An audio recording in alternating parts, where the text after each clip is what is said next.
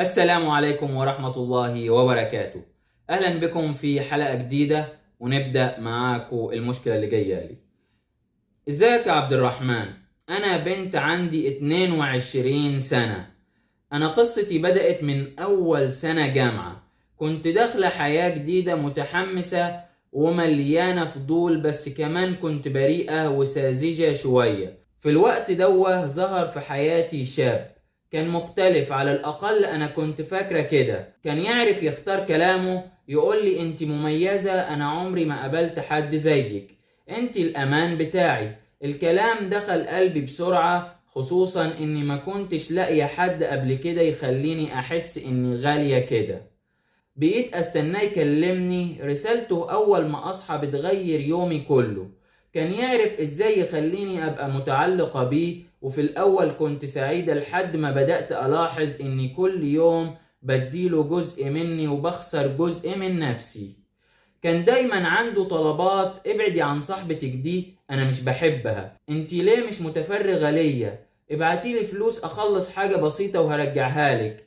وانا كنت بقول حاضر.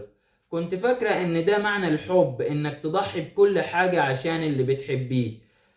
بقيت بكذب على اهلي علشان اخرج اقابله. بقيت اخاف لو اتأخرت في الرد عليه، لو قلت له لا في حاجة يزعل ويقول لي انتي مش بتحبيني زي ما انا بحبك، وانا صدقته. لحد ما في يوم لقيت الدنيا بتنهار فجأة من غير مقدمات. بعت لي رسالة: انا مش قادر اكمل، خلينا ننهي الموضوع. وكأن حياتي كلها اتحطمت في لحظة. قعدت اعيط ليل ونهار، مش فاهمة ايه اللي حصل، ازاي بعد كل اللي عملته عشانه يسيبني كده ببساطة. اللي وجعني اكتر اني اكتشفت بعد كده انه كان بيتكلم مع بنات تانية في نفس الوقت. انا كنت مجرد محطة في حياته، مش حب ولا حاجة. ووقتها حسيت اني غبية ضعيفة وكسرت نفسي بايدي. بعدها دخلت في دوامة سودة، مش قادرة ابص في المراية. كل يوم احس اني وحشة، اني قليلة، اني ما استاهلش حاجة كويسة. وكل ما افتكر التفاصيل يجيلي احساس بالندم والخوف، يا رب ما يفضحني.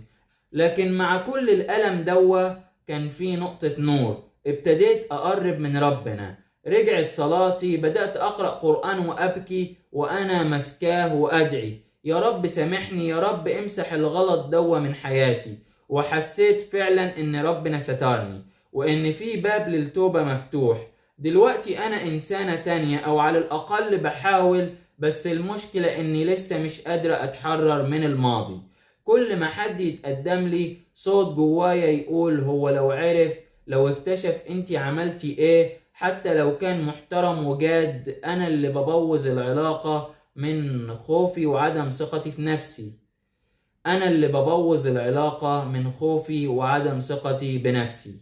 بقيت عايشة في صراع، انا اللي تبت وبحاول ابدأ من جديد، والبنت القديمة اللي واقفة قدامي كل يوم تعايرني وتقولي انتي مش بريئة زي البنات التانية.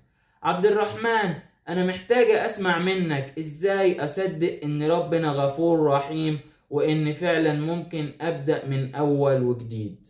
ازاي اسامح نفسي واوقف الصوت اللي بيجلدني ليل ونهار، وازاي اعيش من غير ما افضل طول عمري سجينة غلطة قديمة. انا عايز اقولك ان للاسف الشديد بنات كتير لما بيدخلوا الجامعة بيقعوا في المشكلة دي. وانا كذا مرة حذرت: يا بنات حافظوا على نفسكم، بلاش الاختلاط مع الشباب في الجامعة.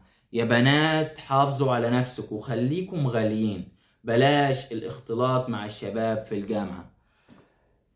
ربنا لما خلق البنت خلقها يعني إنسانة غالية وعظيمة، ورفع من قدرها، فأنا عايزكم يعني تحافظوا على نفسكم، خليكم غاليين. وعايزك تحافظي على نفسك، تكوني كده إنسانة غالية. اللي عايزك يعمل المستحيل عشان يوصلك.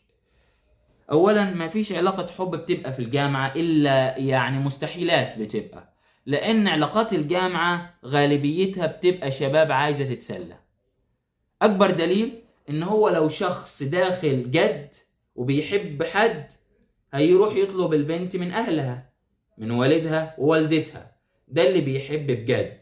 الشخص اللي بيحب بجد مش هيخذل، مش هيكسر، مش هيزعل.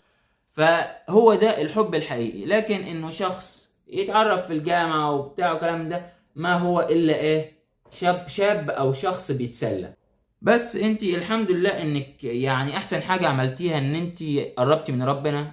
انا هقول لك قرب من ربنا وصلي واقرأ قرآن واذكر الله. الا بذكر الله تطمئن القلوب، الا بذكر الله تطمئن القلوب. وان شاء الله باذن الله تعالى ربنا يغفر لك كل الذنوب. بس اهم حاجة تتوبي توبة نصوحة بلا رجعة الى الذنب.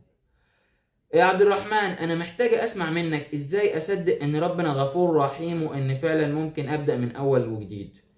ربنا طبعا غفور رحيم. ربنا رحمته وسعت كل شيء. ربنا ده اللي خلقنا واللي رحمته وسعت كل شيء وعايزنا يعني ما نعملش حاجة غلط في الدنيا.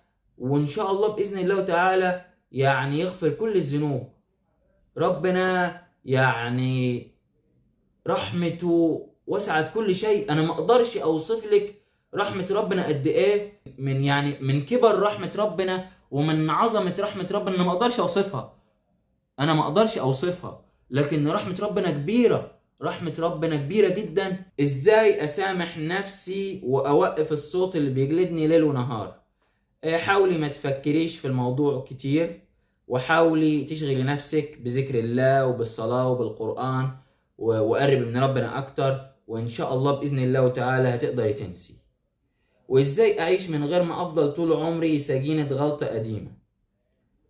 إن شاء الله بإذن الله تعالى هتقدري تنسيها. وإن شاء الله بإذن الله تعالى طول ما أنت رحتي وقلتي يا رب يا رب، وقعدتي تقولي يا رب سامحني، يا رب يا رب قويني، يا رب ابعد عني كل معصية وابعد عني كل حاجة وحشة، ان شاء الله باذن الله تعالى هتقدري تبعدي عن او هتقدري تنسي الغلطة القديمة ان شاء الله. بس انت حاولي تشغلي نفسك بذكر الله، بالصلاة، بالقرآن، وتقربي من الله اكتر واكتر. ربنا ان شاء الله باذن الله تعالى يغفر لنا جميعا ذنوبنا ويحافظ على جميع اخواتنا البنات. ونشوفكم في حلقة جديدة، والى اللقاء.